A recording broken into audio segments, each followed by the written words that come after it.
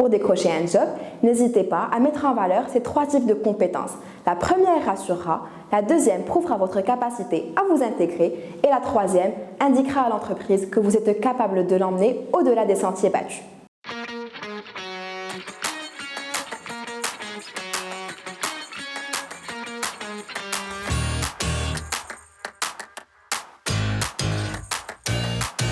Bonjour, je suis Samia Doledat, consultante en recrutement au sein du cabinet de recrutement et de conseil RH Expertise Africa et aujourd'hui, je vais vous parler des Mad Skills.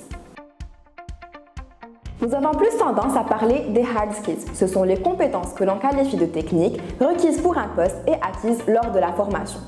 D'un autre côté, nous avons les soft skills qui représentent votre savoir-être qui vous permettra de bien vous intégrer en entreprise et donc de favoriser l'évolution collective. Mais avez-vous déjà entendu parler des Mad Skills? Apparu depuis peu au milieu des sociétés de la Silicon Valley et né du besoin de candidats ayant des profils innovants et une vision décalée de la majorité, la notion des Mad Skills dans le recrutement est de plus en plus répandue. Ces dernières désignent les aptitudes que l'on peut déduire de la pratique d'un sport ou d'un hobby par exemple et pouvant avoir une forte valeur ajoutée dans le cadre du travail. Il faut savoir que lorsque vous parlez à un recruteur de vos loisirs, il les analyse et en tire des conclusions. Vous créez des poteries.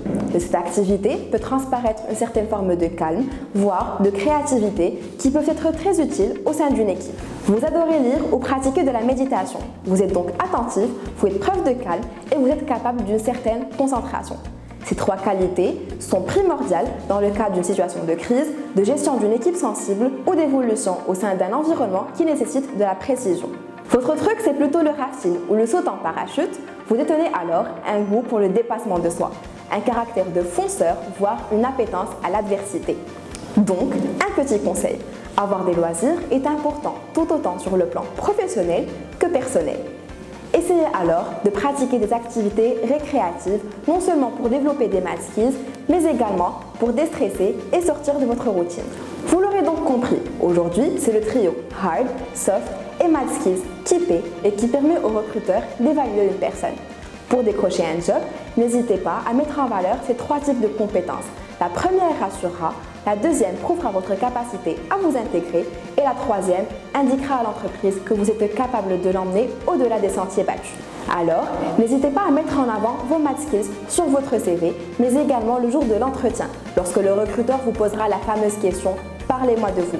Cela pourrait vraiment peser dans la balance si le recruteur hésite entre vous et un autre candidat aux compétences techniques égales.